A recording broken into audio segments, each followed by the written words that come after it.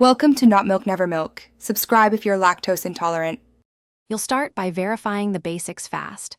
Open Settings, go to Bluetooth and Devices, and make sure the Bluetooth switch is on. If the option is missing, toggle airplane mode off and restart Windows. This refreshes hardware detection and drivers.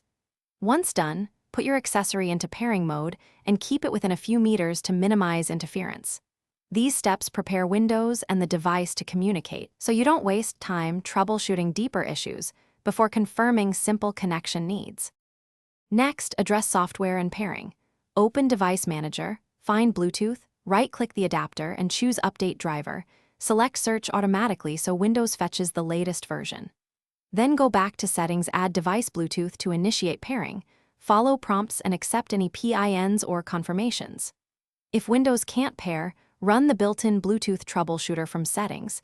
This checks services, drivers, and registry entries automatically. Make sure to retry pairing after each driver change, because the adapter often needs a fresh negotiation with the peripheral. To finish, verify that Bluetooth support service is running. Press Start, type Services. MSC, open it, set the service to automatic, and start it if stopped. This enables profile handling and device access. If issues persist, remove the device from Bluetooth settings and repair. You can also try pairing in safe mode or on another computer to isolate hardware faults.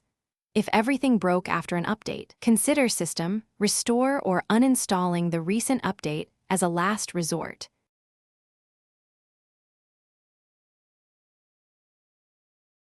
Thanks for watching. If this was helpful, leave a like and consider subscribing. See you next time.